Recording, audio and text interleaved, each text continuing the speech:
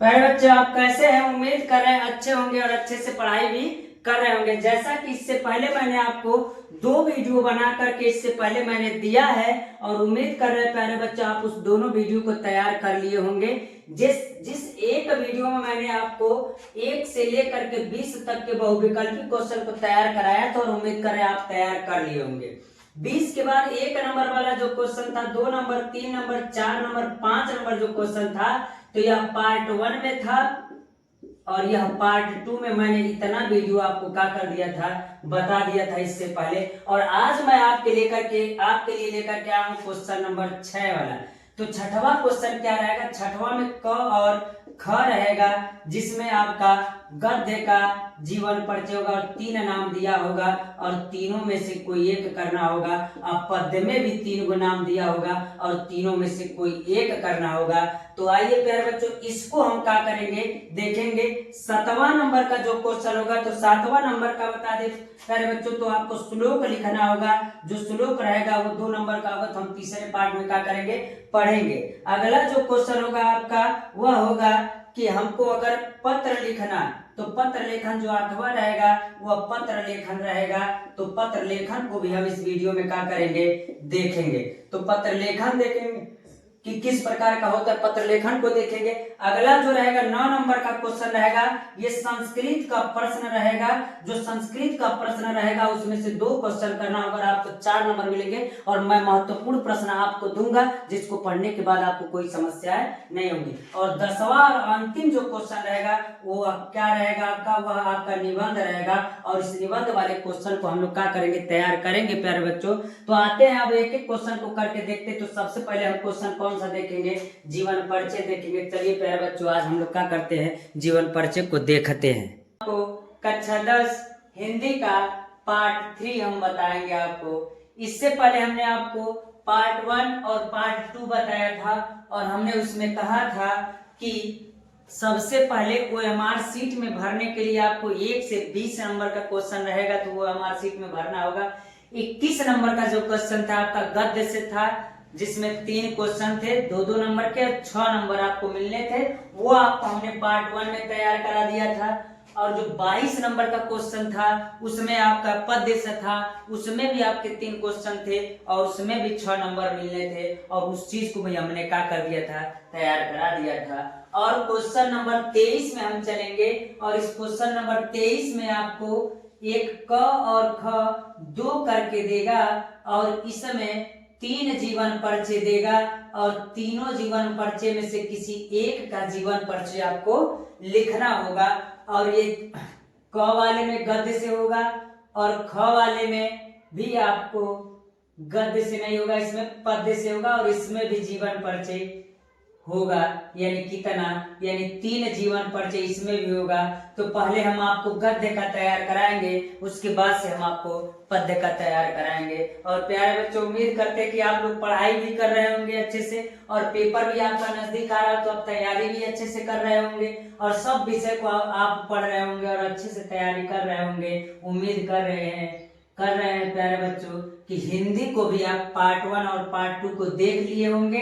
आज मैं पार्ट 3 आपको बताऊंगा और इसमें मैं आपको बताऊंगा कि जीवन परिचय कैसे लिखा जाता है और किस प्रकार बच्चे लिख करके ज्यादा से ज्यादा नंबर प्राप्त कर सकते हैं।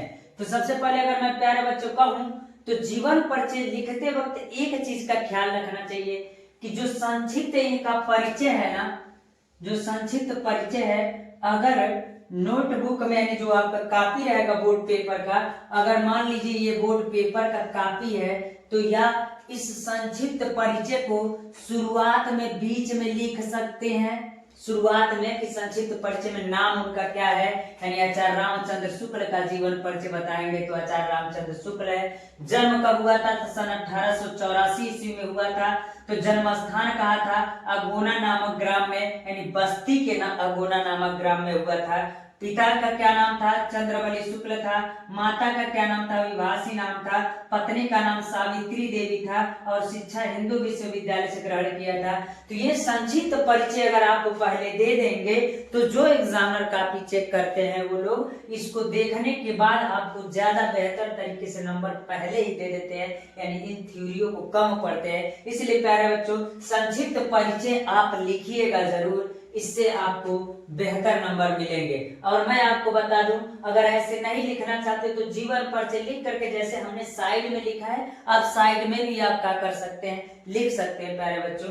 और इसमें क्या क्या बात होती है मैं आपको बताऊंगा कि कहाँ हाईलाइट किया जाता है, यानी कहने का मतलब किसके नीचे अंडरलाइन खींच दिया जाता है और कहाँ कहाँ अंडरलाइन खींच दिया जाता है, जिससे जो एग्जामिनर होते हैं, कॉपी चेक करने वाले जो टीचर होते हैं, उनको तुरंत वो चीजें क्या होती है, दिख जाती है प्यारे बच्चों। इसलिए हम आपको कह रहे हैं कि इसको आप क्वेश्चन को क्या कीजिएगा, कैसे लिखिएगा और किस प्रकार जीवन परिचय को लिखिएगा, मैं आपको इस वीडियो में क्या करूंगा, बताऊंगा प्यारे बच्चों। जैसे अगर हम कहें आचार्य रामचंद्र शुक्ल का जीवन परिचय अगर गद्य से हम बताएं तो हम कहेंगे कि आचार्य रामचंद्र शुक्ल का जन्म सन 1884 ईस्वी में, सन 1884 ईस्वी में। तो प्यारे बच्चों मैं आपको बता दूं, जो सन 1884 ईस्वी है ना, आप इसके नीचे अंडरलाइन कर दीजिएगा। अंडरलाइन करने से ये फायदा होगा, इसके नीचे अंडरलाइन कर दीजिएगा। इससे ये फायदा होगा कि जो टीचर कॉपी चेक करेंगे उनका ध्यान पहले जाएगा इस पर और आपको नंबर आसानी होगा देने में। इसलिए आप क्या कीजिएगा, जो इनका इंपॉर्टेंट तथ्य है उसके नीचे आप क्या कर दीजिएगा, अंडरलाइन कर दीजिएगा। जैसा कि हमने इसमें बताया, अगर मान लीजिए हम इसको नहीं करते हैं तो इस पे किस पर करना, सन 1884 ईस्वी में उनका जन्म हुआ था। ठीक, अब क्या कह रहा है कि आचार्य रामचंद्र शुक्ल का जन्म सन 1884 ईस्वी में बस्ती जिले के अगुना नामक ग्राम में हुआ था। कहाँ हुआ था, तो बस्ती जिले के अगुना नामक ग्राम में हुआ था। और एक काम और कर सकते हैं हम, अगर आपको कह दें तो पूरा नीले रंग से लिखेंगे और जो जो महत्वपूर्ण टॉपिक है, 1884 में जन्म हुआ था, तो इसको आप ब्लैक से लिख सकते हैं और नीचे अंडरलाइन भी कर सकते हैं। इससे आपको नंबर अच्छा मिलता है प्यारे बच्चों। अब कह रहा है कि इनके पिता का नाम चंद्रवली शुक्ल था, तो पिताजी का क्या नाम था, चंद्रवली शुक्ल था, तो इसके नीचे भी आप अंडरलाइन कर दीजिएगा, आपको बेहतर नंबर मिलेगा। और माता का नाम क्या था, विभासी था, तो माता के नाम पर भी हम लोग क्या कर सकते हैं, अंडरलाइन कर सकते हैं प्यारे बच्चों। उम्मीद कर रहे हैं आपको समझ में आ रहा होगा।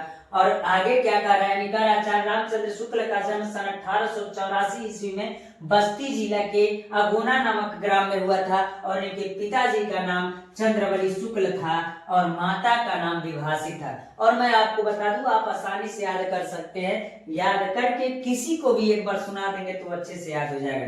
शुक्ल को यानी आचार्य रामचंद्र शुक्ल को बचपन से ही पढ़ाई लिखाई में लगन थी, यानी बचपन से ही पढ़ना लिखना ये क्या करते थे, मन लगा के करते थे, यानी पढ़ाई लिखाई में मन इनका क्या होता था, लगता था। इन्होंने मिशन स्कूल से 10वीं की परीक्षा उत्तीर्ण की। 10वीं की परीक्षा किससे उत्तीर्ण की, तो मिशन स्कूल से 10वीं की परीक्षा उत्तीर्ण की। इन्होंने इंटरमीडिएट की परीक्षा शिक्षा इलाहाबाद से ली थी। इसके पश्चात मिर्जापुर के न्यायालय में नौकरी करने लगे। क्या करने लगे, नौकरी करने लगे। इनके स्वभाव के अनुकूल यह नौकरी इनके स्वभाव के अनुकूल नहीं थी, यानी कहने का मतलब यह है, इन्होंने इंटरमीडिएट की परीक्षा उत्तीर्ण करने के बाद इसके बाद यह क्या करने लगे, नौकरी करने लगे। मिर्जापुर न्यायालय में ही क्या करने लगे, नौकरी करने लगे। और यह नौकरी इनके स्वभाव के अनुकूल नहीं था और उन्होंने नौकरी क्या कर दिया, छोड़ दिया। अंत में मिर्जापुर के स्कूल में चित्रकला के अध्यापक हो गए। किसके हो गए, अध्यापक, चित्रकला के अध्यापक हो गए। तो वो अध्यापन का कार्य करने लगे।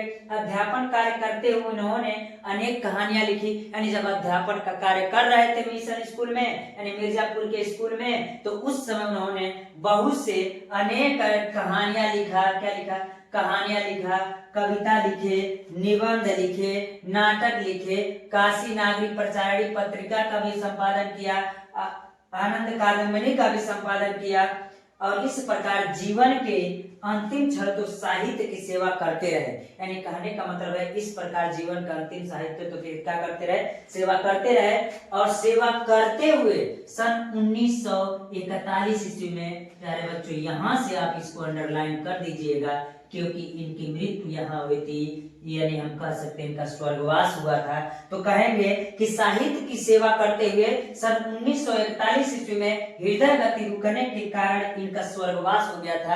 यानी इनका मृत्यु कब हुआ था, यानी इनका स्वर्गवास कब हुआ था, तो 1941 ईस्वी में प्यारे बच्चों इनका स्वर्गवास हो गया था। इस अब कह रहा है इनकी रचनाएं क्या है, रचनाएं लिखने के लिए बताया। तो इनकी रचनाएं क्या है, तो पहला अगर हम कहते तो निम्नलिखित रचनाएं है, तो पहला कह रहा है कि चिंतामणि इनकी रचनाएं है।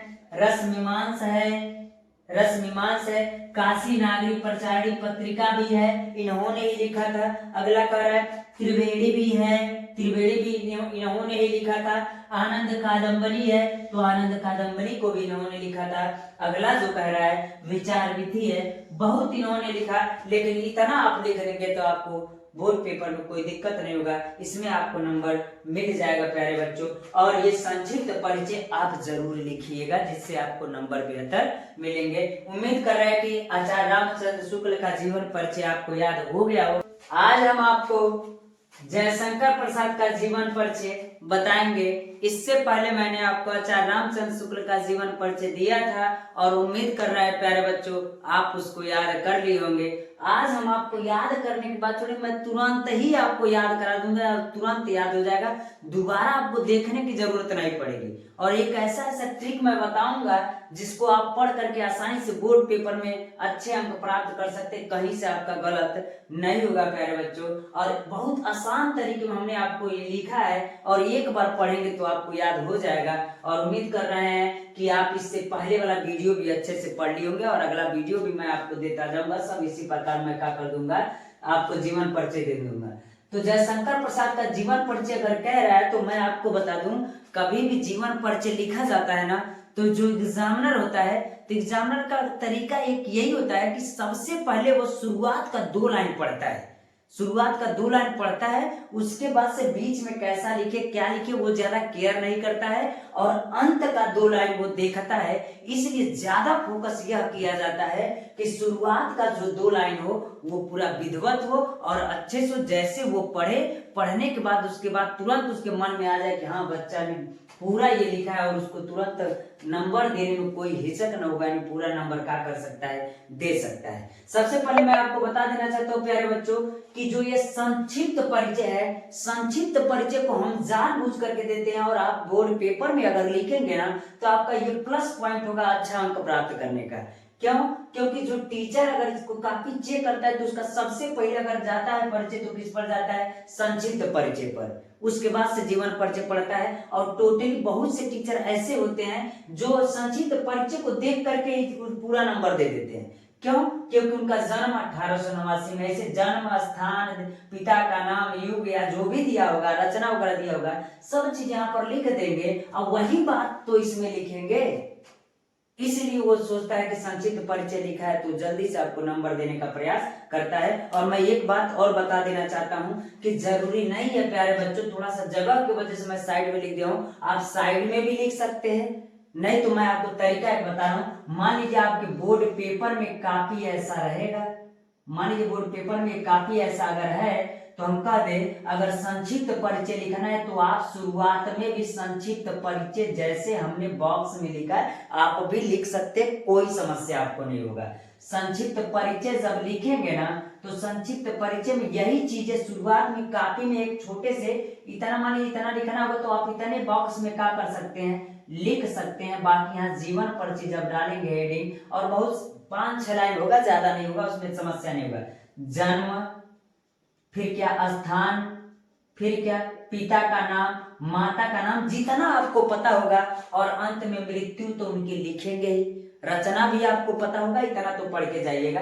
और इसके बाद से इसको कोष्टक में जब संक्षिप्त पर्ची लिख देंगे ना, तो किसी भी एग्जामिनर का जब ध्यान जाता है तो इसी संक्षिप्त पर्ची पर पहले जाता है। इसलिए प्यारे बच्चों, इसको आप लोग क्या कर लीजिएगा, लिख लीजिएगा। और जरूर नहीं ऊपर साइड में जैसे हमने लिखा वैसे भी आप लिख सकते हैं, कोई दिक्कत होगा नहीं। यानी प्यारे बच्चों, उम्मीद कर रहे हैं इतनी बातें आपको समझ में आई। आइए स्टार्ट करते हैं और अच्छे से पढ़ते हैं, और इस चीज को आप ध्यान से पढ़िएगा। क्या क्या रहा है कि जीवन परिचय, जयशंकर प्रसाद का जन्म सन 1889 ईस्वी में। तो देखिए जरा, हमने इसको हाईलाइटेड लिखा है, तो आप भी बोर्ड पेपर में हाईलाइट करके ब्लैक पेन से लिखिएगा और नीचे अंडरलाइन भी कर सकते हैं, कोई दिक्कत नहीं होगा, कोई नंबर नहीं कटेगा। यानी जैसे हमने लिखवाया है वैसे आपको नंबर पाने में कोई समस्या नहीं होगा, कोई आपका एक नंबर काट नहीं सकता है। अगला कह रहा है, इसी में जयशंकर प्रसाद का जन्म सन 1889 ईस्वी में काशी में हुआ था। काशी में हुआ था, तो काशी में मैं आपको और चीजें बता देना चाहता हूँ। काशी में हुआ था और इनके पिताजी यानी इनके जो पितामह थे, कह सकते हैं कि इनके परिवार में जो लोग थे वो तंबाकू का व्यापार करते और अच्छा खासा परिवार का व्यापार करते थे। तो हम कहेंगे कि जयशंकर प्रसाद का जन्म सन 1889 ईस्वी में काशी में हुआ था, काशी में हुआ था। इनके पिता का नाम देवी प्रसाद था। सब लोग इतना जरूर देखते हैं, इनके पिता का नाम क्या था, देवी प्रसाद था। तो प्यारे बच्चों, ये समझ में आ रहा होगा कि जो हाईलाइट किए वो आप भी हाईलाइट कर सकते हैं। तो इनके पिता का नाम, माता का नाम, जो भी चीज रहता है, ये 2 लाइन जरूर एग्जामिनर देखता है, इसलिए 2 लाइन आप विधिवत लिखिए। पूरा अभी मैं बताऊंगा, आपको तुरंत याद हो जाएगा। इनके पिता का नाम क्या था, तो देवी प्रसाद था। अब अगला देखिएगा, प्रसाद जी का बचपन से ही प्रतिभावान थे। प्रसाद जी बचपन से ही प्रतिभावान थे। जो प्रसाद जी थे वो बचपन से ही क्या थे, प्रतिभावान थे यानी गुणवान थे। बचपन से ही इनकी रचनाएं करने का बहुत शौक था इनको, यानी बचपन से, जब ये बचपन से थे तभी से इनको रचनाएं करने का बहुत शौक था। जरा याद कीजिएगा प्यारे बच्चों कि कैसे कैसे हम बता रहे हैं। यानी जयशंकर प्रसाद का जन्म सन 1889 ईस्वी में काशी में हुआ था और उनके पिता का नाम देवी प्रसाद था और उनको बचपन से ही प्रतिभावान थे और उनको बचपन से ही रचनाएं करने का बहुत शौक था। अब देखिए, कुछ दिन पश्चात इनके पिता का स्वर्गवास हो गया। यानी कुछ दिन बाद ये लोग घूमने गए थे, जब यात्रा करके आ रहे थे, तो कुछ दिन बाद ही इनके पिता का स्वर्गवास हो गया। यानी पिताजी इनको छोड़ करके चले गए। प्यारे बच्चों, इसी प्रकार कह सकते हैं, आधा दुख में तो ये थे ही कि पिताजी इनको छोड़ करके चले गए, लेकिन अभी 4 ही साल बीता कि 4 साल बाद उनकी माता जी भी उनको अकेले संसार में छोड़ करके क्या करी, चली गई। यानी 4 साल बाद उनकी माँ भी उनको छोड़ करके चली गई। उम्मीद कर रहे हैं प्यारे बच्चों समझ में आ रहा होगा।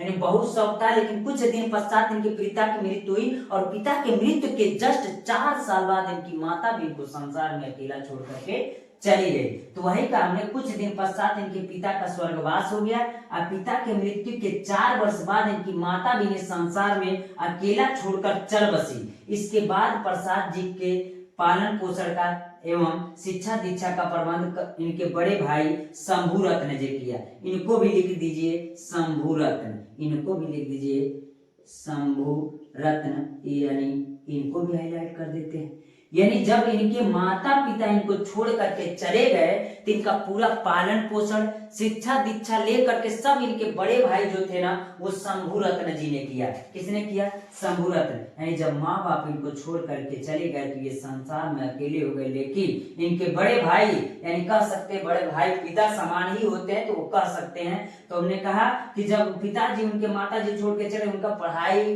पूरा पालन पोषण, सब चीज का कार्यभार किसने देखा, शंभू रत्न इनके बड़े भाई थे, उन्होंने देखा। और सर्वप्रथम प्रसाद जी का नाम क्वींस कॉलेज में लिखवा दिया गया।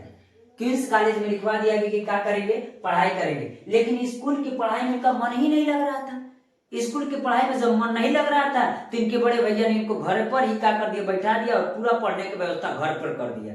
यानी कह सकते जब माता पिता छोड़ करके चले गए तो इनका पूरा पालन पोषण और शिक्षा दीक्षा का कार्यभार इनके बड़े भैया ने संभाला और इनका एडमिशन क्वींस कॉलेज में करा दिया। लेकिन इनका पढ़ाई में मन नहीं लग रहा था, इसलिए पढ़ाई में मन नहीं लग रहा था, स्कूल से निकाल करके पूरा शिक्षा दीक्षा का व्यवस्था कहाँ कर दी, घर पर कर दिए। इसलिए इनके शिक्षा दीक्षा का प्रबंध घर पर ही कर दिया गया और घर पर ही योग्य शिक्षकों के द्वारा, घर पर ही योग्य शिक्षकों के द्वारा इनको अंग्रेजी संस्कृत का अध्ययन किया। इन्होंने घर पर ही योग्य शिक्षकों के द्वारा इन्होंने अंग्रेजी और संस्कृत का अध्ययन किया और बहुत अच्छे से अध्ययन किया, घर पर ही व्यवस्था हुआ। यानी आप देखेंगे ना, कभी खास करके देखिए आप सभी के जीवन परिचय में सबके घर ही पर व्यवस्था कर दिया गया था और सब लोग स्वाध्याय यानी अपने हिस्से ही टीचरों का व्यवस्था करके अपने से उन्होंने पढ़ाई किया था। ज्यादा लोग का जीवन परिचय में यही आएगा आपको देखने के लिए। अगला कार्य अंग्रेजी व संस्कृत का अध्ययन किया और अंत में चिंताओं के कारण हुआ ऐसा, जरा ध्यान से सुनिएगा प्यारे बच्चों,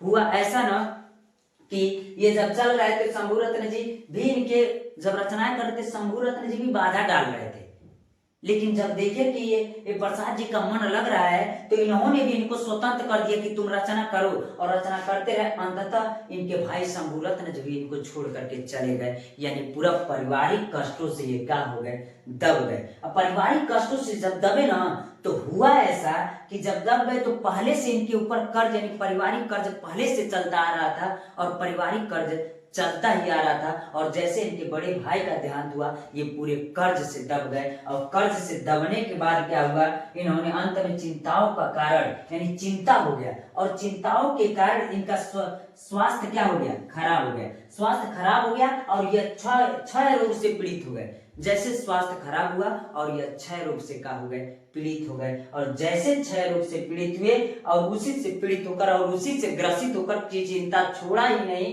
कि उसी से ग्रसित होकर के सन 1937 ईस्वी में इनका स्वर्गवास हो गया, यानी ये स्वर्गवास सिधार गए, यानी ये स्वर्गवास चले गए। कहने का मतलब इनका ध्यान हो गया। तो ये भी चीजें हाईलाइटेड कर लीजिएगा कि सन 1937 में इनका स्वर्गवास हो गया। प्यारे बच्चों, उम्मीद कर रहे हैं कि आपको बहुत अच्छे से समझ में आ रहा होगा। और इनकी रचनाएं क्या थी, तो रचनाएं भी एक अगर लिखने के लिए कहता है, अगर आपको पता है तो और लिख लीजिए अच्छे से, कोई दिक्कत नहीं। कमायनी भी है, आंसू भी लिखा, लहर भी, झरना, तितली, कंकाल, इंद्रजाल आदि इन्होंने रचनाओं की। लेकिन मैं बता दूं प्यारे बच्चों, ये जितने भी रचनाएं इनको लिखवाए ना, देखिएगा बहुविकल्पी में इसी रचनाओं में से अगर इनसे पूछेगा तो पूछेगा। कमायनी भी इंपॉर्टेंट है, आंसू भी, लहर भी, झरना भी, तितली भी, कंकाल भी, यानी ये सब चीजें इंपॉर्टेंट है जो बहुविकल्पी के रूप में पूछता है। तो प्यारे बच्चों, उम्मीद कर रहे हैं कि इनके जीवन परिचय को आपको दोबारा देखना नहीं पड़ेगा अगर इस वीडियो को आप लोग क्या कर लेंगे, देख लेंगे। और इस वीडियो को आप देख करके जयशंकर प्रसाद का जीवन परिचय याद कर सकते हैं। आज हम आपको डॉक्टर राजेंद्र प्रसाद का जीवन परिचय बताएंगे जो आपको कक्षा 10 गद्य का महत्वपूर्ण आपके लिए प्रश्न होगा। और इससे पहले मैंने आपको 2 जीवन परिचय पहले से लिखवा दिया है, आचार्य रामचंद्र शुक्ल का और जयशंकर प्रसाद का जीवन परिचय लिखवा दिए हैं आपको। और उम्मीद कर रहे हैं प्यारे बच्चों आप अच्छे से उसको तैयार भी कर लिए होंगे, आपको कोई समस्या नहीं हो रही होगी। और हमने पहले बता रहा था कि हम आपको इसमें ऐसा ट्रिक बताएंगे कि आपको आसानी से याद भी हो जाएगा और बोर्ड पेपर में अच्छा नंबर भी आपको क्या करेगा, दिलाएगा। और हमने कहा था कि जिस बच्चे को 3-4 चीजें अगर पता रहेगा तो वो चीजें यानी 5 चीजें मान लीजिए अगर वो उसको पता रहेगा तो पूरा जीवन परिचय लिखने में उसको कोई दिक्कत नहीं है। और जितना जीवन परिचय हमने 3 जीवन परिचय दिया है, 3 ही जीवन परिचय पढ़ के जाइएगा, आपका इसी में से आएगा, इससे बाहर से नहीं आएगा। इसलिए कह सकते कि 100% समझ लीजिए कि ये सब क्वेश्चन क्या होंगे, आएंगे बोर्ड पेपर में। तो हमने पहले भी बता रखा था कि जो इसका संक्षिप्त परिचय लिखा जाएगा वो संक्षिप्त परिचय आपका बहुत ज्यादा महत्वपूर्ण होता है। और हमने पहले भी बता रखा है कि जो आपका कॉपी होता है ना, उस कॉपी में सबसे पहले भी संक्षिप्त परिचय क्या कर सकते हैं, लिख सकते हैं। और हो सकता है जैसे अगर हमने साइड में लिख रखा वैसे आप साइड में भी लिख सकते, कोई दिक्कत नहीं होगा। इसलिए हम कह सकते हैं कि अगर आज डॉक्टर राजेंद्र प्रसाद का जीवन परिचय हम आपको बताएंगे तो पूरा जीवन परिचय आपको अच्छे से याद हो जाएगा और हम याद करा ही देंगे, आपको कोई दिक्कत नहीं होगा। तो चलते हैं प्यारे बच्चों, आज फिर से हम इसको पढ़ते हैं। इनको कह रहा है कि डॉक्टर राजेंद्र प्रसाद का जीवन परिचय एंड डॉक्टर राजेंद्र प्रसाद का जन्म सन 1884 ईस्वी में बिहार राज्य के छपरा जिले के जीरादेई नामक ग्राम में हुआ था। तो हम कहेंगे प्यारे बच्चों, अगर डॉक्टर राजेंद्र प्रसाद का जन्म कहाँ हुआ था, कब हुआ था, तो कहेंगे डॉक्टर राजेंद्र प्रसाद का जन्म सन 1884 ईस्वी में बिहार राज्य के छपरा जिले के जीरादेई नामक ग्राम में हुआ था। इनके पिताजी जो थे, इनके पिता का नाम क्या था, तो हम कहेंगे इनके पिता का नाम महादेव सहाय था तथा माता का नाम कमलेश्वरी देवी था। हम कहेंगे अगर जिस बच्चे को इनका जन्म, ये देखिए अगर संक्षिप्त परिचय देखें तो इनका नाम, जन्म, जन्म स्थान, पिता का नाम, माता का नाम, रचनाएं तथा मृत्यु।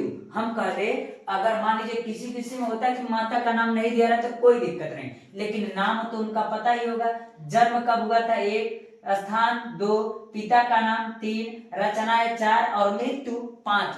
जिस बच्चे को ये 5 टॉपिक याद होगा तो उसको जीवन परिचय लिखने में कोई समस्या नहीं होगी और वो पूरा नंबर पाएगा। तो हमने पहला कह दिया कि डॉक्टर राजेंद्र प्रसाद का जन्म सन 1884 में बिहार राज्य के छपरा जिले के जीरादेई नामक ग्राम में हुआ था। इनके पिता का नाम महादेव सहाय तथा माता का नाम कमलेश्वरी देवी था। उम्मीद कर रहे हैं प्यारे बच्चों समझ में आपको आ रहा है। डॉक्टर राजेंद्र प्रसाद बचपन से यानी शुरुआत से ही वो मेधावी छात्र थे, यानी बहुत टैलेंटेड छात्र थे और सभी परीक्षा में सदैव प्रथम आते थे, यानी जो भी परीक्षा हुआ देते थे सब में वो का आते थे, प्रथम स्थान का करते थे, हासिल करते थे क्योंकि वो मेधावी भी थे। इन्होंने कोलकाता विश्वविद्यालय से ML की परीक्षा उत्तीर्ण की और MA की भी परीक्षा उत्तीर्ण की थी। इन्होंने MA और ML की परीक्षा उत्तीर्ण की। इनका लगाव प्रारंभ से ही राष्ट्र सेवा में था। इन्होंने कोलकाता विश्वविद्यालय से कहा MA और ML की परीक्षा का की थी, उत्तीर्ण की थी और इनका बचपन से लगाव, प्रारंभ से ही लगाव राष्ट्र सेवा में था, यानी राष्ट्र सेवा के लिए समर्पित थे और बचपन से इनका लगाव राष्ट्र सेवा में थे, लगे हुए थे। और कह रहा क्या राष्ट्र सेवा में था।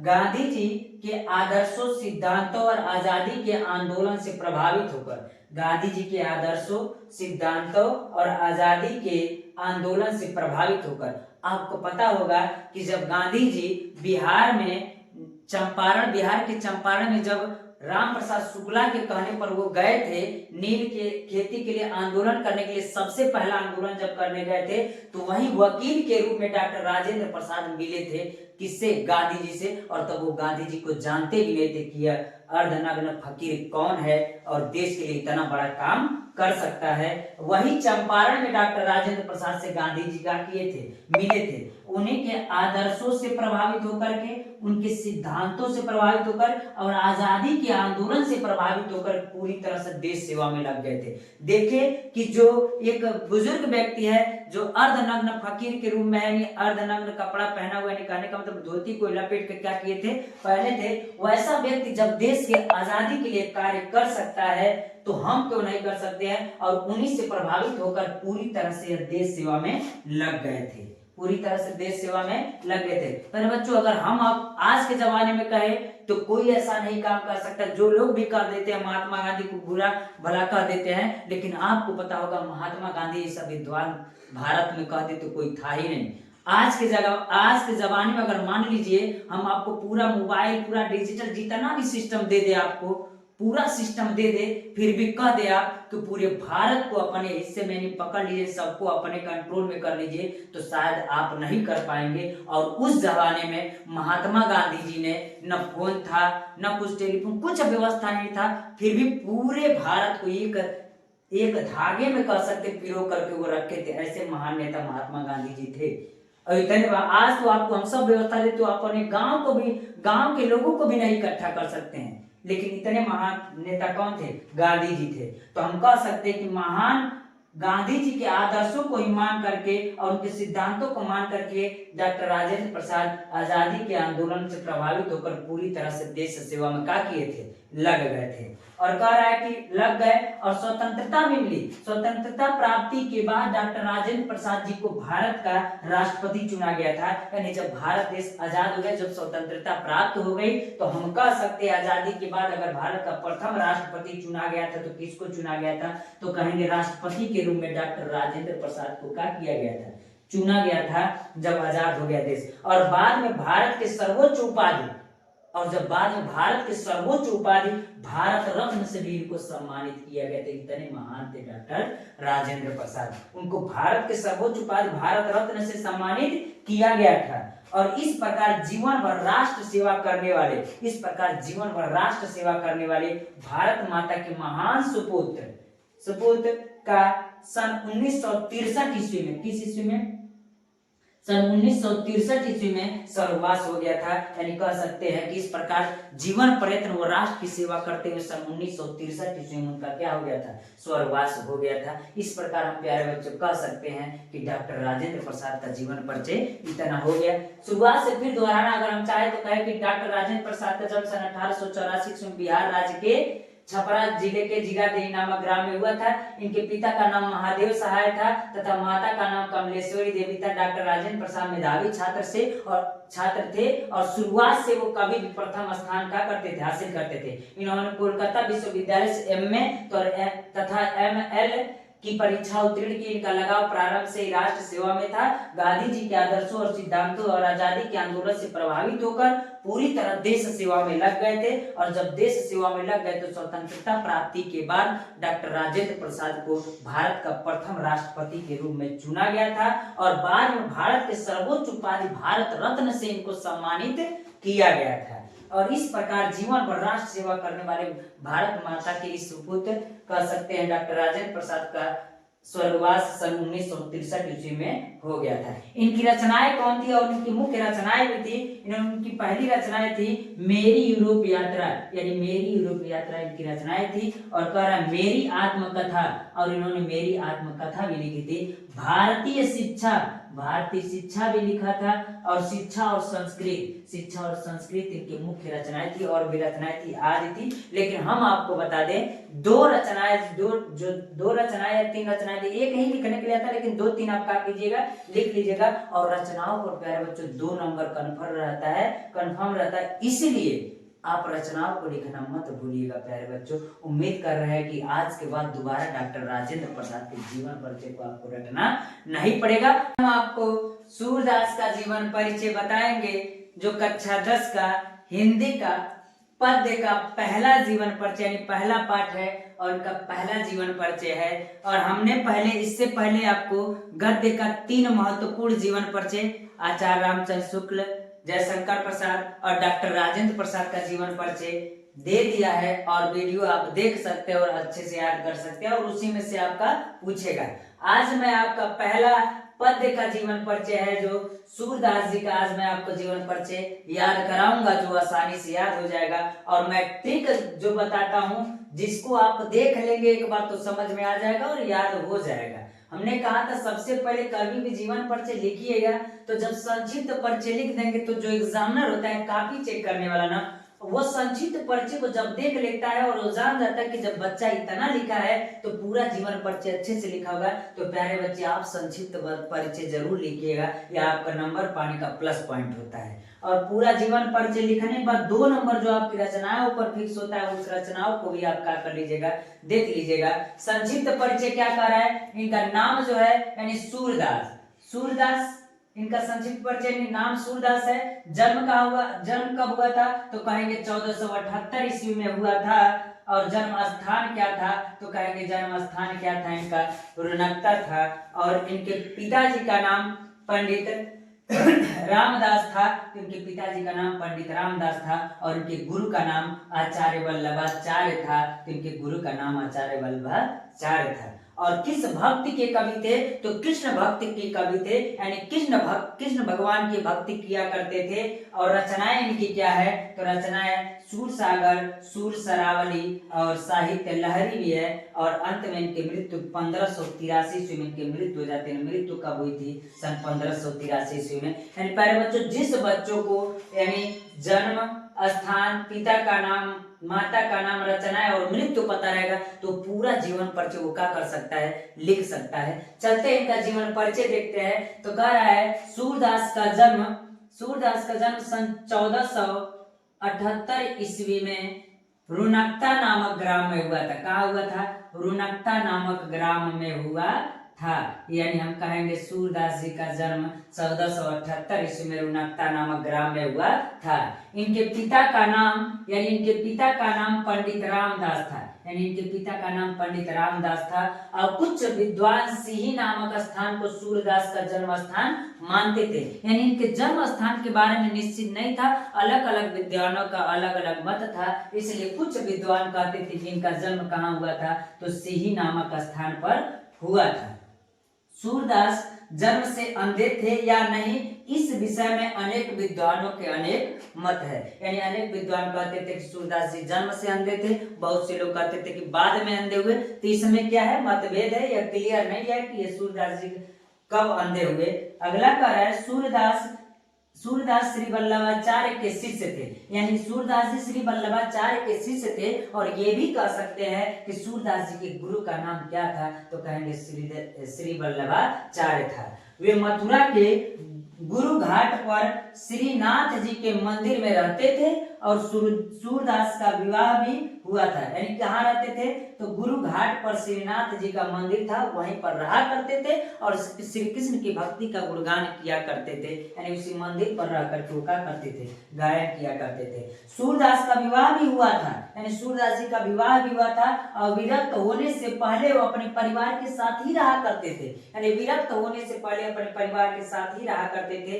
किंतु वल्लभाचार्य जी के संपर्क में आने के बाद श्री कृष्ण लीला का गान करने लगे। लेकिन जैसे गुरु श्री वल्लभाचार्य के संपर्क में आए तो कृष्ण लीला का वो गान करने लगे और इस प्रकार श्री कृष्ण का गान करते हुए सन 1583 ईस्वी में इनका देहांत हो गया था। तो हम कहेंगे वो श्री कृष्ण का गुणगान करते हुए श्री कृष्ण के भक्ति में लीन होकर के और श्री कृष्ण के भक्ति में लीन होकर उनको गुणगान करते हुए गान करते हुए सन 1583 ईस्वी में इनका देहांत हो गया था। और उनकी प्रमुख रचनाएं कौन थी, तो सूरसागर, सूर सरावली और साहित्य लहरी इनकी प्रमुख रचनाएं थी। और मैं प्यारे बच्चों बता दूं, आपको जीवन परिचय लिखने से मतलब नहीं है, उनकी रचनाओं पर अलग नंबर मिलता है, इनकी जीवन परिचयों पर अलग नंबर मिलता है, इसलिए इनकी रचनाएं भी लिखी, इस पर 2 नंबर फिक्स होता है। इसलिए प्यारे बच्चों इनकी रचनाओं को याद रखिएगा और उम्मीद कर रहे हैं कि सूरदास का जीवन परिचय आपको याद हो गया होगा। प्यारे बच्चों, आज हम आपको तुलसीदास का जीवन परिचय बताएंगे जो आपके लिए बहुत महत्वपूर्ण होगा। और आज का जो वीडियो होने वाला है आपके लिए बहुत महत्वपूर्ण होने वाला है। और मैं इसमें बताऊंगा कि टॉपर बच्चे कैसे लिखते हैं और आप कैसे लिखेंगे, आपको अच्छा नंबर कैसे मिलेगा। कोई अलग नहीं लिखता है, जितने टॉपर होते हैं उससे अलग नहीं लिखते, ऐसे ही लिखते जैसे मैं आपको क्या करूंगा बताऊंगा। और मैं पहले भी आपको बता देना चाहता हूं कि आपका यूपी बोर्ड में जो बोर्ड का कॉपी होता है, जो बोर्ड पेपर होता है, उसमें 26 नंबर का क्वेश्चन होता है। ये कितने नंबर का क्वेश्चन होता है, 26 नंबर का क्वेश्चन होता है। और 26 नंबर क्वेश्चन में क और ख 2 करके रहता है, क वाला गद्य वाला रहता है और ख वाला क्या रहता है, पद्य वाला रहता है। इसमें भी 3 जीवन परिचय रहता है, 1 2 3 करके 3 जीवन परिचय इसमें भी रहता है और 3 जीवन परिचय इसमें भी रहता है। और मैं आपको बता दूं कि गद्य वाला जीवन परिचय मैंने आपको पहले भी बता रखा है और 3 जीवन परिचय दे चुका हूं। अब पद्य का 1 जीवन परिचय और दिया हूं और 2 जीवन परिचय मैं आपको और दूंगा, जो पढ़ करके आप क्या कर सकते बोर्ड पेपर में लिख सकते हो। और मैं आपको बता दूं कि आपका जो पेपर होगा उसमें 26 नंबर वाला क्वेश्चन जो होगा वो आपका होगा जो जीवन परिचय होगा। और इसमें आपका 3 को जो जीवन परिचय रहेगा, तीनों में से आपको कोई एक लिखना होगा और आपको 5 नंबर मिलेगा। प्यारे बच्चों, आज मैं आपको 5 नंबर तैयार करा के रहूंगा और उम्मीद कर रहे हैं कि आपको अच्छे से तैयार भी हो जाएगा, उतना मेहनत भी करेंगे जिससे आपको याद हो जाएगा। हाँ, तो आपको यह बात पता चल गया कि 26 नंबर क्वेश्चन पर आपका पेपर रहेगा जिसमें जीवन परिचय आपको लिखना होगा। तो चलते हैं, गद्य तो हो ही गया था और पद्य भी आज आपको हम बताएंगे। 1 जीवन परिचय सूरदास जी का पहले भी दे चुके हैं, आज गोस्वामी तुलसीदास का। इसलिए मैं कह रहा हूं कि आज के लिए आपका आज का वीडियो आपके लिए बहुत महत्वपूर्ण बनने वाला है। और मैं आपको बता दूं प्यारे बच्चों की जो भी अच्छे अंक प्राप्त करते हैं, टॉपर बच्चे बनते, वो कहीं अलग से नहीं लिखते हैं, इसी में से देख करके ऐसे ही लिखते हैं। और कुछ मैं तरीका आपको ट्रिक बताऊंगा जो आपके लिए बहुत महत्वपूर्ण होगा। जो भी टॉपर बच्चे होते तो करते क्या है, और मैं आपको बता दूं कि जो भी एग्जामिनर होता है कॉपी चेक करता है तो उस स्थिति में वो पूरा ये थ्योरी नहीं पढ़ता है, जो ये संक्षिप्त परिचय लिखा जाता है वही संक्षिप्त परिचय पढ़ता है। इतना पढ़ने के बाद उसके पास समय नहीं है, जो संक्षिप्त परिचय देखता है वही आपके लिए क्या हो जाएगा, बहुत ज्यादा अच्छा हो जाएगा और यही आपको नंबर दिलाएगा। तो इसमें क्या क्या लिखा जाता है ये सब बातें मैं आपको बताऊंगा। प्यारे बच्चों, आप टेंशन ना लीजिएगा, इस पूरे वीडियो को देखते रहिए, मैं अच्छे से आपको तैयारी करा दूंगा। इसमें सबसे पहले संक्षिप्त परिचय में जो कह रहा है कि संक्षिप्त परिचय में लिखना क्या है, तो नाम लिखना है। तो नाम किसका लिखना है, तो नाम उसका लिखना है जिसका जीवन परिचय आप प्यारे बच्चे लिख रहे हैं। तो बताइए नाम किसका लिखेंगे, तो कहेंगे तुलसीदास तो तुलसीदास का जीवन परिचय लिखेंगे तो उनका हम क्या करेंगे, नाम लिखेंगे। और जन्म कब हुआ था, तो जन्म कब हुआ था तो हम कहेंगे सन 1532 ईस्वी में इनका जन्म हुआ था। तो आप सन 1532 ईस्वी में जीवन परिचय अगर लिखेंगे तो उनका सन 1532 ईस्वी में लिखेगा कि जन्म हुआ था। जन्म स्थान कहाँ हुआ था, जन्म स्थान कह दीजिएगा राजापुर में हुआ था। उत्तर प्रदेश के बांदा जिले के राजापुर नामक ग्राम में इनका जन्म हुआ था। प्यारे बच्चों इतना कहिएगा। इनके पिताजी का नाम क्या था, तो कह दीजिएगा पिताजी का नाम इनके आत्माराम दुबे था। क्या नाम था, आत्माराम दुबे था। तो कहेंगे पिताजी का नाम इनके आत्माराम दुबे था, तो हम कहेंगे आत्माराम दुबे। तो माता का क्या नाम था, तो प्यारे बच्चों माता का नाम आसानी से बता दीजिए, इनके माता का नाम क्या था, तो कहेंगे हुलसी था। और मैं आपको बता दूं एक बात और आप याद रखिएगा, इसमें जगह नहीं, जगह रहे या ना रहे, ठीक है। इनका शादी भी हुआ था, इनका विवाह भी हुआ था। उनके पत्नी का भी नाम था, तो पत्नी का नाम भी लिख सकते हैं। उनके पत्नी का नाम क्या था, रत्नावली था, कोई समस्या नहीं है। इनकी रचनाएं क्या थी, सबसे ज्यादा महत्वपूर्ण और प्रसिद्ध रचनाएं कहे तो इनका कौन सा था, तो हम कहेंगे रामचरितमानस था, जो वैराग होने पर इन्होंने क्या किया था, लिखा था। और इनकी मृत्यु कब हुई थी, तो हम कह देंगे प्यारे बच्चों इनकी मृत्यु हुई थी सन 1623 ईस्वी में। सन 1623 ईस्वी में इनकी मृत्यु हो जाएगी। आइए प्यारे बच्चों हम स्टार्ट करते हैं इनका जीवन परिचय, अच्छे से हम लोग देखते हैं, पूरा डिटेल में देखते हैं और अच्छे से मैं आपको तैयार कराऊंगा। और देखिएगा क्या कह रहा है जीवन परिचय में। तुलसीदास का जन्म सन 1632 ईस्वी में, इसको भी आप रेड पेन से लिख दीजिए। और मैं एक बात और आपको आज बताऊंगा, सन 1532 ईस्वी में। और मैं आपको एक बात और ये बताने वाला हूं कि जो मैं रेड पेन से लिख रहा हूं, आपको रेड पेन से नहीं लिखना है। बोर्ड पेपर में आपको दो ही पेन यूज करना है, एक काला और एक नीला, यानी ब्लैक और ब्लू पेन यूज करना है। जितना हम रेड कलर से लिखे आप उसको किससे लिखिएगा, तो ब्लैक कलर से लिखिएगा। और जो ये चीज है इसको आप कोशिश कीजिएगा कि अंडरलाइन नीचे कर दीजिएगा। हम कहेंगे कि अगर अंडरलाइन कर देंगे तो और अच्छा हो जाए। तुलसीदास का जन्म सन 1532 ईस्वी में राजापुर नामक ग्राम में हुआ था। राजापुर कहाँ है, तो कहेंगे उत्तर प्रदेश के बांदा जिले में है एक ग्राम जिसका नाम क्या है, राजापुर है प्यारे बच्चों। तो नामक ग्राम में हुआ था।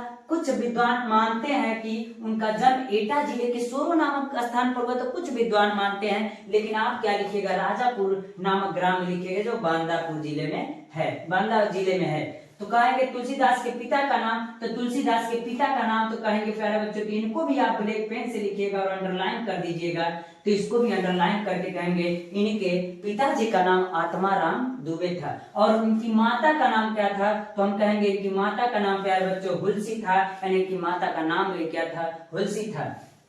तुलसीदास का बचपन बड़े कष्टों में बीता, इनका बचपन बड़े कष्टों में बीता। और तुलसीदास का विवाह भी हुआ था, उनका विवाह भी हुआ था। तुलसीदास का विवाह किससे हुआ था, तो दीनबंधु पाठक की कन्या जो थी, यानी दीनबंधु पाठक की कन्या जो थी रत्नावली, और इनका विवाह किससे हुआ था, रत्नावली से हुआ था। और इनकी पत्नी बहुत ही सुंदर थी, इसलिए जब बहुत सुंदर थी तो इनको अपने पत्नी से बहुत प्रेम था। प्यारे बच्चों उम्मीद कर रहे हैं आपको समझ में आ रहा होगा। उनकी पत्नी बहुत ही सुंदर थी और तुलसीदास अपने पत्नी से अत्यधिक प्रेम करते थे, वो अपनी पत्नी से अत्यधिक प्रेम भी करते थे। और एक दिन उनकी पत्नी बिना बताए मायके चली गई थी। और एक बार उनकी पत्नी ने बिना बताए उनसे कहां चली गई, मायके चली गई। और तब तुलसीदास भी आधी रात को आधी तूफान का सामना कर, तो ये भी पीछे पीछे उनके अपने ससुराल का किए थे, आधी रात को पहुंच गए। जब आधी रात को पहुंचे तो उनकी पत्नी ने उनको बहुत डांटा कि मैं कहाँ चली आई थी, आप भी चले आए। और इस कारण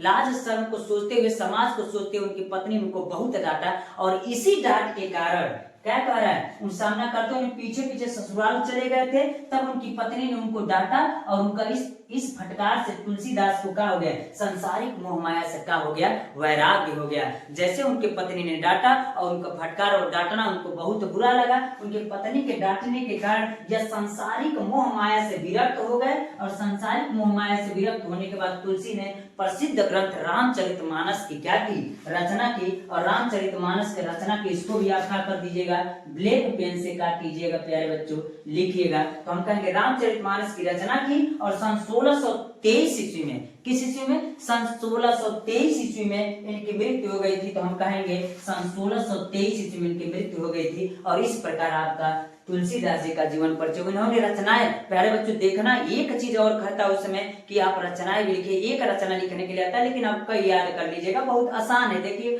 सबसे पहले तो इनकी प्रसिद्ध रचना ही लिखेंगे जो क्या है, रामचरितमानस है। तो इनकी प्रसिद्ध रचना कौन है, रामचरितमानस है। दूसरा कहेंगे तो विनय पत्रिका है, कवितावली है, गीतावली है, दोहावली भी है, आदि बहुत सी है। प्यारे बच्चों आप इतना क्या कर सकते हैं, लिख देंगे तो आपको मिलेगा। और उम्मीद कर रहे हैं प्यारे बच्चों यह बात आपको समझ में आ रहा होगा। और मैं आपको बता दूं, टॉपर बच्चे कहीं अलग से नहीं लिखते हैं।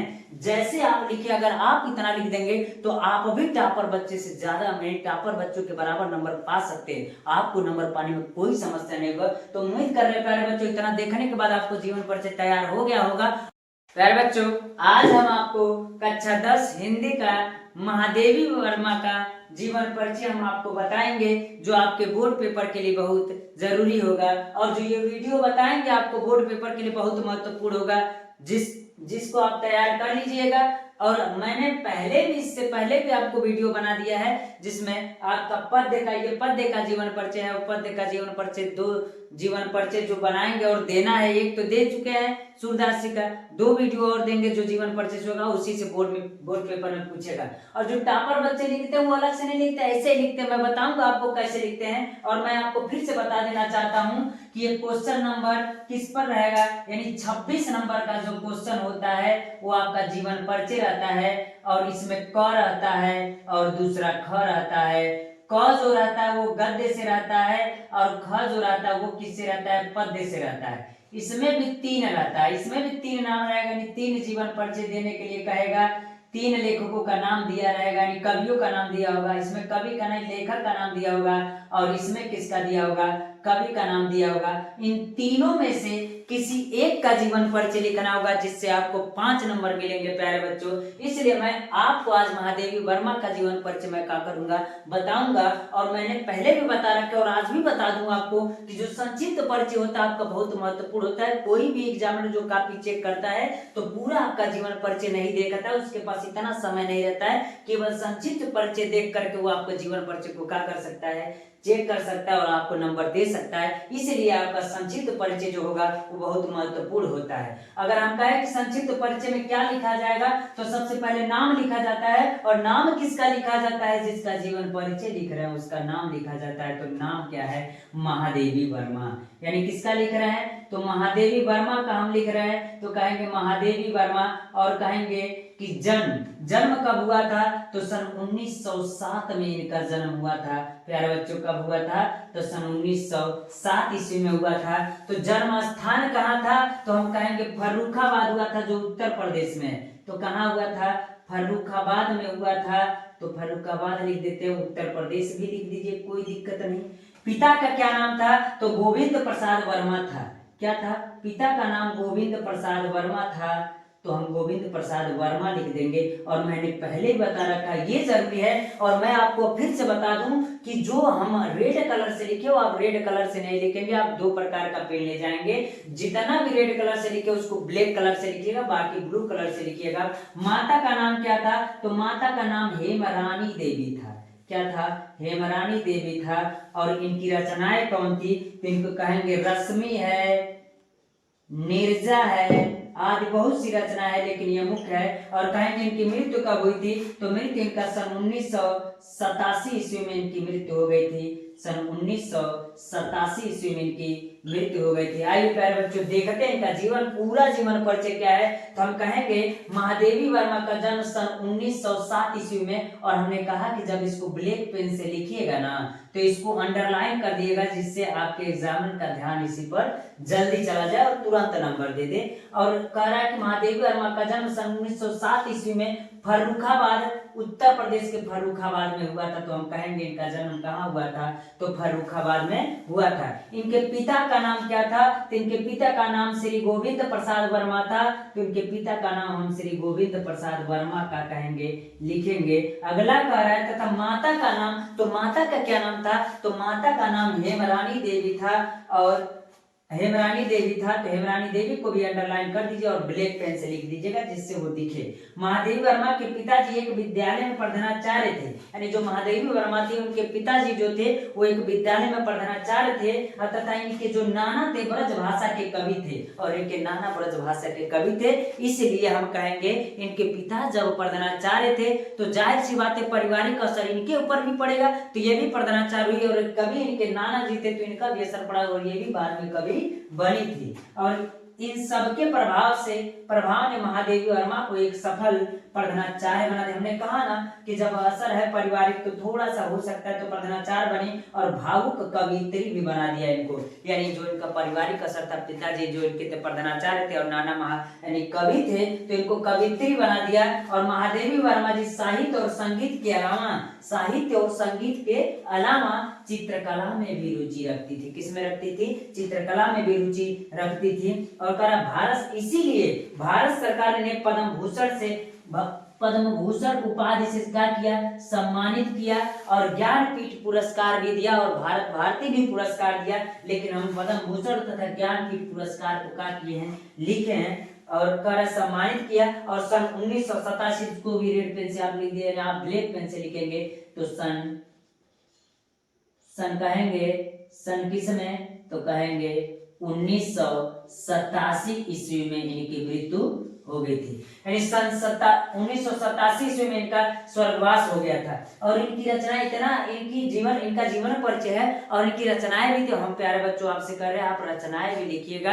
रचना एक कहता है लेकिन आप 2-3 लिख दीजिएगा, कोई दिक्कत नहीं होगा।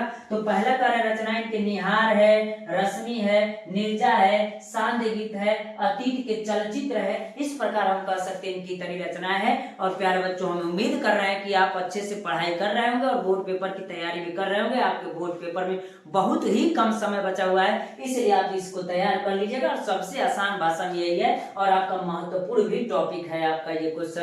बच्चों तो आपका 7वां नंबर का क्वेश्चन होगा जो श्लोक होगा, और श्लोक लिखने पर आपको कितने नंबर मिलेंगे? 2 नंबर मिलेंगे। इससे पहले वीडियो में मैंने बता दिया है, यानी इससे पहले वीडियो में मैंने बता दिया कहां तक, 1 से लेकर के 2, 3, 4, 5 तक के क्वेश्चन बता दिए थे। और उसके पहले वाले वीडियो में 1, 2, 3 करके 20 बहुविकल्प भी बता दिए थे। आज यह जो पार्ट 3 है आपका, तो यहाँ लिख देते हैं हम पार्ट 3। तो पार्ट 3 जो है यह आपका रहेगा, तो क्वेश्चन नंबर 6, 7, 8, 9 और 10 नंबर का क्वेश्चन, 5 क्वेश्चन आज हम क्लियर करवाएंगे प्यारे बच्चों। जिसमें मैंने आपको अभी क्वेश्चन नंबर 6 वाला वीडियो, मैंने 6 वाला जो क्वेश्चन उसको मैंने सोल्यूशन कर दिया है। जिसमें क्या होगा तो हम बता दें, जिसमें आपको जीवन परिचय मिलेगा। क्या मिलेगा? जीवन परिचय मिलेगा। और हमने कहा था जीवन परिचय में, यानी क्वेश्चन नंबर 6वां वाले क्वेश्चन में हम कह दे तो क रहेगा और ख रहेगा। तो क में भी 3 नाम दिया होगा, 1, 2, 3 करके, और ख में भी 3 नाम दिया होगा। और दोनों में से कोई एक जीवन परिचय आपको करना होगा, जिसमें यह गद्य से होगा और ये किससे होगा?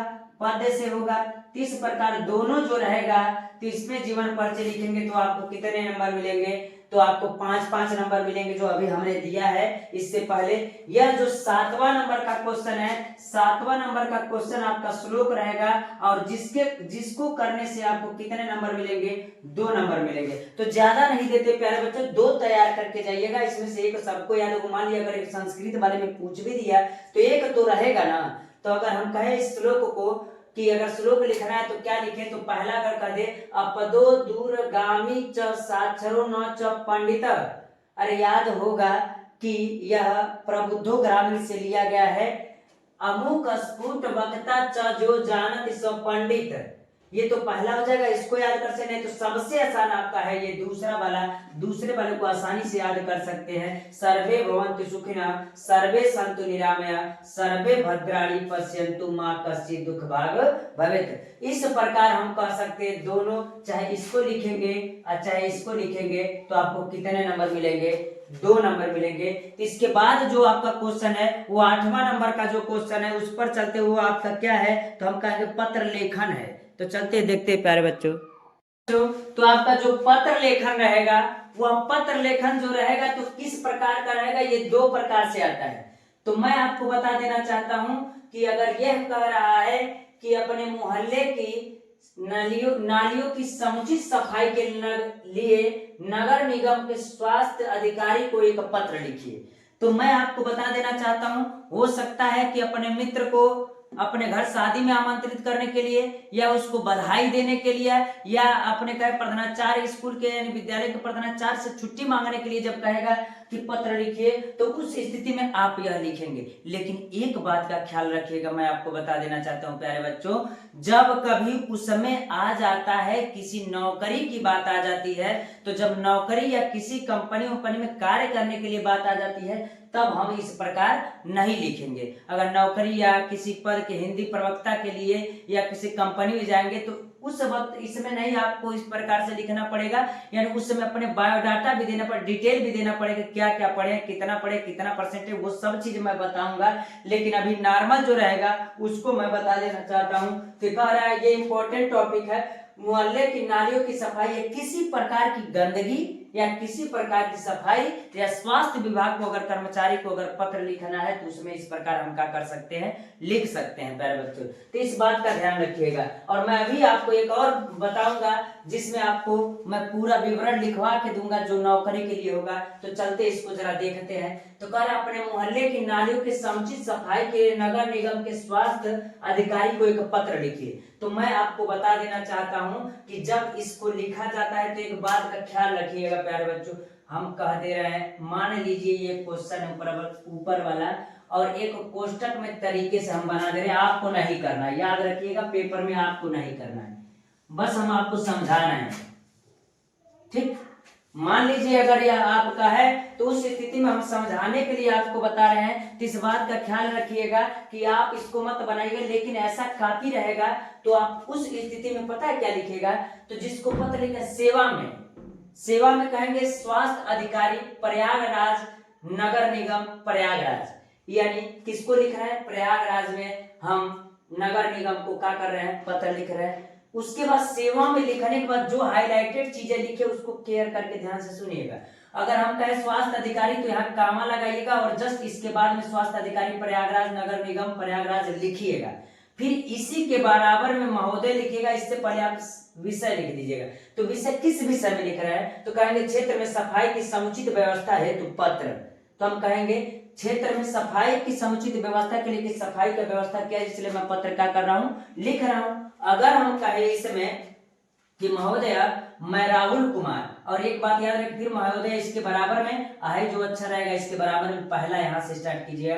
तो क्या कह रहा है, मैं राहुल कुमार गोला बाजार क्षेत्र का निवासी हूँ, मैं राहुल कुमार गोला बाजार क्षेत्र का निवासी हूँ। आप कुछ भी लिख सकते हैं, अपना नाम भी लिख सकते हैं, कोई दिक्कत नहीं है। आप कहीं का एड्रेस लिख सकते हैं, यहाँ क्या अपने जिले का नाम लिख लीजिए, कोई दिक्कत नहीं, बरेली, मुरादाबाद, कानपुर, गाजियाबाद, कहीं लिख सकते, कोई दिक्कत नहीं। तो मैं राहुल कुमार गोला बाजार क्षेत्र का निवासी हूँ, और इस पत्र के माध्यम से आपका ध्यान, इस पत्र के माध्यम से आपका ध्यान अपने क्षेत्र में फैली गंदगी की ओर दिलाना चाहता हूं। यानी हमारे क्षेत्र में गंदगी फैली हो, स्वास्थ्य विभाग से कह रहे हैं कि मैं आपका ध्यान इस पत्र के माध्यम से अपने क्षेत्र में फैली गंदगी की ओर दिलाना चाहता हूं।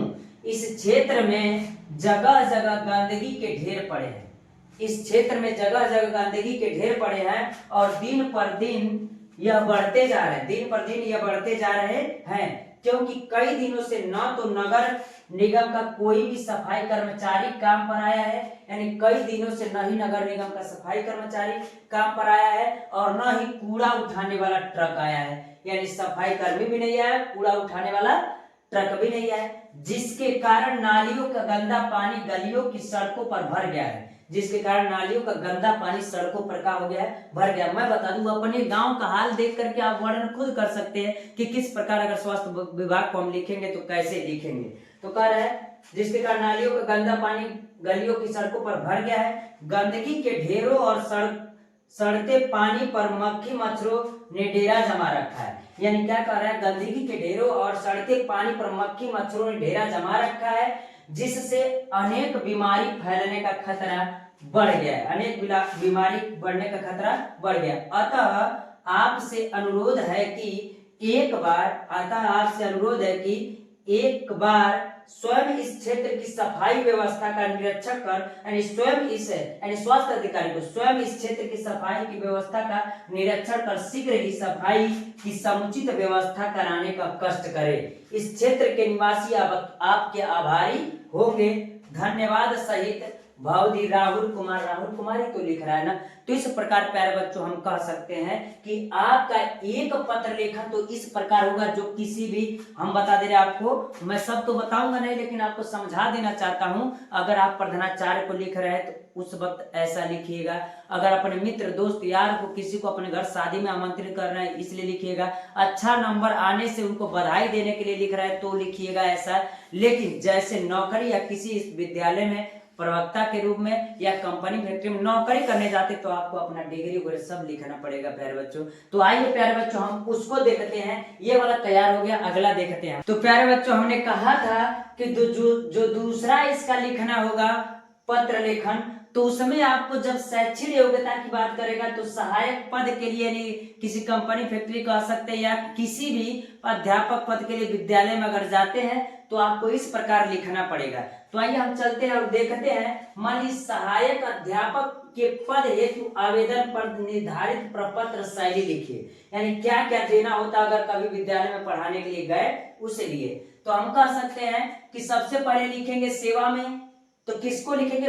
विद्यालय के प्रबंधक को लिखेंगे ना, श्रीमान प्रबंधक महोदय महात्मा गांधी शिक्षण संस्थान गोरखपुर, यानी कह सकते कोई विद्यालय का नाम लिख सकते हैं, श्रीमान प्रबंधक महोदय महात्मा गांधी शिक्षण संस्थान गोरखपुर। विषय क्या है? तो हम कहेंगे विषय है अध्यापक पद हेतु आवेदन पत्र, अध्यापक पद हेतु आवेदन पत्र। तो महोदय पिछले दिनों मुझे समाचार पत्रों के माध्यम से यह पता चला है कि, यानी कहेंगे कि महोदय या पिछले दिनों मुझे समाचार पत्र से पता चला है कि अध्यापक पद रिक्त है, यानी आपके विद्यालय में अध्यापक पद रिक्त है, जिसके लिए मैं पूरी तरह से योग्य हूँ, यानी कहेंगे कि मुझे समाचार पत्रों के द्वारा पता चला है कि आपके विद्यालय में कोई रिक्त स्थान है अध्यापक के लिए, तो मैं उसके लिए योग्य हूँ और अतः मेरी शैक्षिक योग्यता जो है वो निम्न है, यानी मेरी शैक्षिक योग्यता जो मैं पढ़ा लिखा हूँ वो निम्न है। तो हम कहेंगे हाई स्कूल। देखिए कैसे कैसे लिखा जाता है। अगर सबसे पहले कहें तो हाई स्कूल किस वर्ष में? 2018 में। प्रथम श्रेणी यूपी, हिंदी, अंग्रेजी, गणित, कला, हम कह सकते हैं ये विषय है 85% प्राप्तांक है। इंटरमीडिएट इसके 2 साल बाद तो होगा, 18 में 2 जोड़ेंगे तो 20 हो जाएगा। प्रथम यूपी बोर्ड हिंदी, अंग्रेजी, पीसीएम, फिजिक्स, केमिस्ट्री और मैथ कितना परसेंट? 82%। स्नातक में 2023 में 3 साल बाद तो 2023 में तो डीडीयू से किया इतिहास, भूगोल, अंग्रेजी और 75% प्राप्तांक था। बीएड 2025 में क्लियर हुआ और डीडीयू से इतिहास, भूगोल और 88% उसमें था।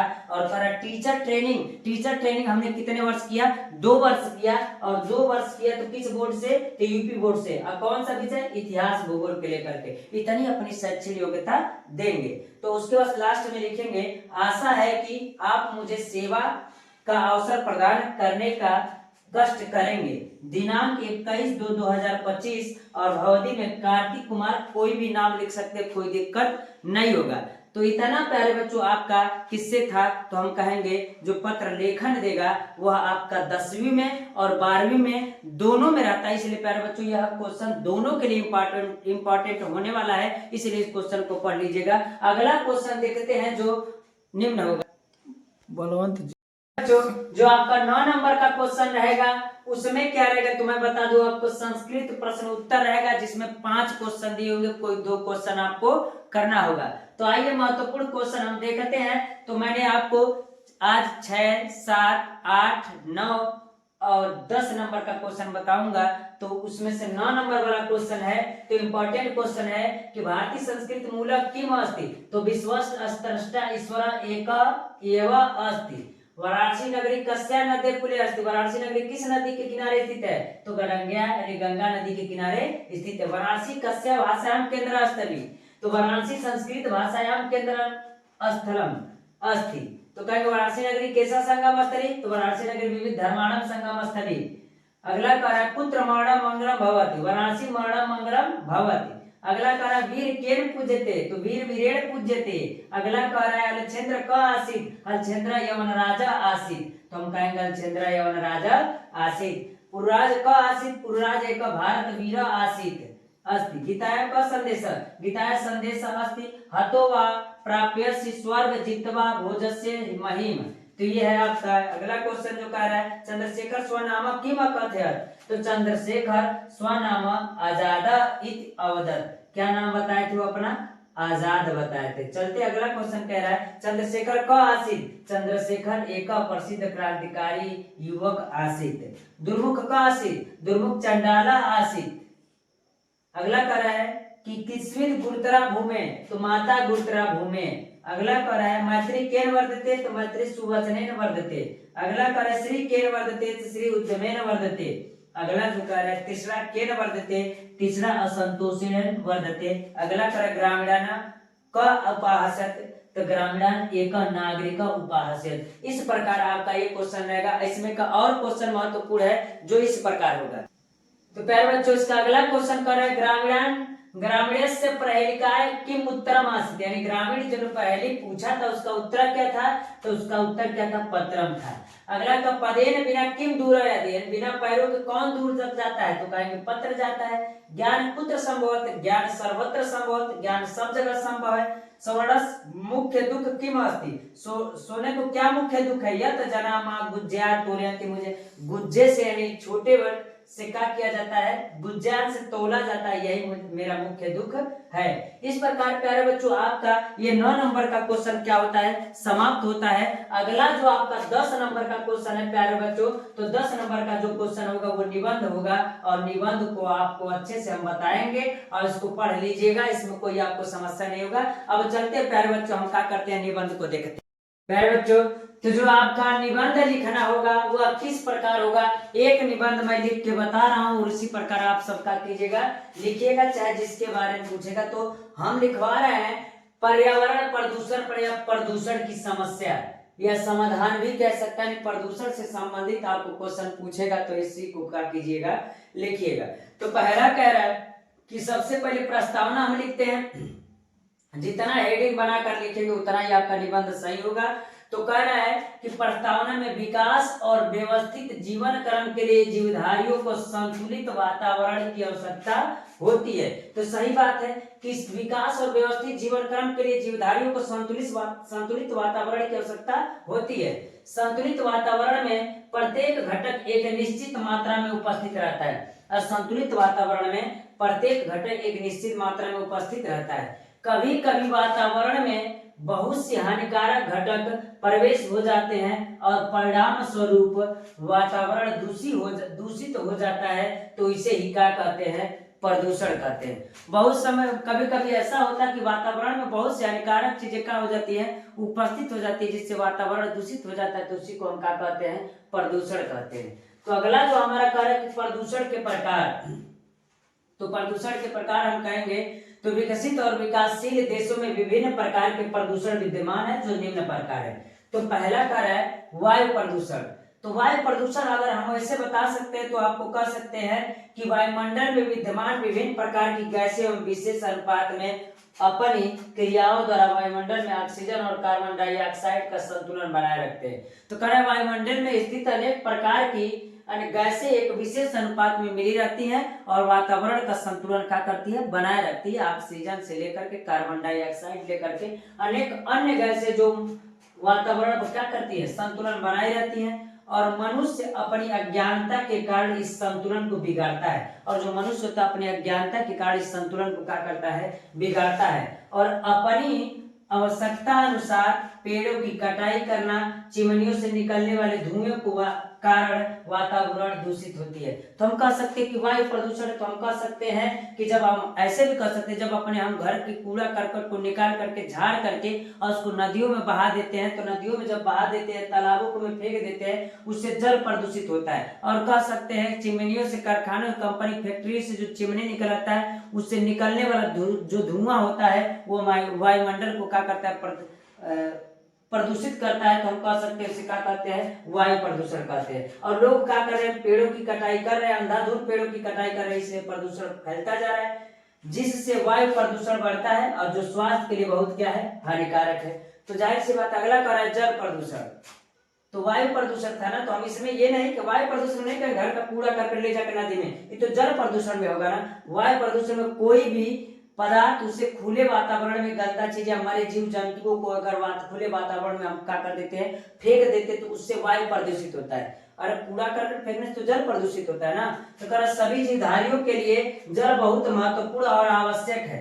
पौधे अपना भोजन जल में घुली हुई अवस्था में ही प्राप्त करते हैं। जल में अनेक प्रकार के खनिज तत्व तथा अनेक प्रकार की हानिकारक वस्तुएं घुली रहती है, जिससे जल प्रदूषित हो जाता है। तो उसे हम क्या कहते हैं, जल प्रदूषण कहते हैं। इस प्रकार हम कह सकते हैं। इसका अगला जो हेडिंग है प्यारे बच्चों वो इस प्रकार होगा। प्यारे बच्चों तो इसका अगला हेडिंग जो है वो है ध्वनि प्रदूषण। तो ध्वनि प्रदूषण सबको पता है कैसे फैलता है। तो कारण अनेक प्रकार के वाहनों यथा मोटर कार, बस, जेट विमान, ट्रैक्टर आदि लाउड स्पीकर, बाजे, कारखाने के सायरन और मशीनों के आवाजों से क्या होता है, ध्वनि प्रदूषण फैलता है। हम कह सकते हैं अनेक प्रकार के वाहन जब जाते हैं उसके हॉर्न बजते हैं, उसकी आवाज से क्या होता है, प्रदूषण फैलता है। तो कौन प्रदूषण, ध्वनि प्रदूषण। मोटर कार रहेगा, बस रहेगा, जेट जो उड़ता है, लड़ाकू विमान वो, विमान, ट्रैक्टर आदि है, लाउड स्पीकर, बाजे, कारखाने के सायरन, मशीनों की आवाजों से जो प्रदूषण फैलता है उसे क्या कहते हैं, ध्वनि प्रदूषण कहते हैं। अगला जो कह रहा है रेडियोधर्मी प्रदूषण। परमाणु शक्ति उत्पादक केंद्र हो, परमाणविक परीक्षण से भी जल, वायु तथा पृथ्वी का प्रदूषण होता है। यानी परमाणविक परीक्षण से भी होता है प्रदूषण, जो आज की पीढ़ी के लिए नहीं बल्कि आने वाली पीढ़ियों के लिए भी हानिकारक है। आज की पीढ़ी नहीं, आने वाली पीढ़ियों के लिए भी हानिकारक है। परमाणु विस्फोट से ताप इतना अधिक बढ़ जाता है कि धातु भी पिघल जाती है। अब विस्फोट से जो किरणें निकलती हैं वह वायु में सर्वत्र फैल जाती है, जिसे रेडियोधर्मी प्रदूषण कहते हैं। यानी हम कह सकते हैं कि जो परमाणु परीक्षण होता है, अगर उससे जो किरणें निकलती है वायु में सर्वत्र फैल जाती हैं, तो इस प्रकार के प्रदूषण को हम क्या कहते हैं, रेडियोधर्मी प्रदूषण कहते हैं। अगला कह रहा है कि प्रदूषण पर नियंत्रण कैसे किया जा सकता है। तो कारण प्रदूषण को रोकने के लिए व्यक्तिगत तथा सरकारी दोनों स्तरों पर प्रयास किए जाने चाहिए और सभी राज्यों द्वारा प्रदूषण नियंत्रण करने के लिए एक सख्त प्रयास करने चाहिए, जिससे प्रदूषण पर नियंत्रण पाया जा सकता है। यानी व्यक्तिगत भी, प्रत्येक व्यक्ति और सरकार भी इस नियम को लगाए और इस प्रकार प्रदूषण पर नियंत्रण पाया जा सकता है। तो अगला करा उपसंहार। लास्ट हेडिंग आपका क्या होता है, उपसंहार होता है। सरकार प्रदूषण की रोकथाम के लिए पर्याप्त सजग है। पर्यावरण के प्रति जागरूकता से ही हम भविष्य में और अधिक अच्छा एवं स्वस्थ जीवन जी सकेंगे और आने वाली पीढ़ी को प्रदूषण के अभिशाप से मुक्ति दिला सकेंगे। इसलिए हमें प्रदूषण मुक्त पर्यावरण तैयार करने के लिए की दिशा में जागरूक होना चाहिए। पर्यावरण को संतुलित रखने के लिए जागरूक होना चाहिए। तो मैं बता दूं प्यारे बच्चों, ये आपका प्रदूषण पर है। तो मैं बता दूं बेरोजगारी पर देख लीजिएगा, विज्ञान एक अभिशाप पर देख लीजिएगा, जनसंख्या नियंत्रण पर देख लीजिएगा, इस प्रकार देश प्रेम पर देख लीजिएगा। तो इस प्रकार आप इस निबंध को तैयार कर सकते हैं। तो प्यारे बच्चों इतना क्वेश्चन आपका है, ये किससे है, तो हम कहेंगे यह निबंध से है। तो जो अगला क्वेश्चन रहेगा वो इस प्रकार कहेंगे कि हम, जो अगला क्वेश्चन होगा तो हम कह सकते हैं कि प्रदूषण की समस्या ही लास्ट वाला क्वेश्चन था, इस प्रकार हम प्रदूषण की समस्या को भी निपटा सकते हैं, यानी अन्य क्वेश्चन को भी कर सकते हैं।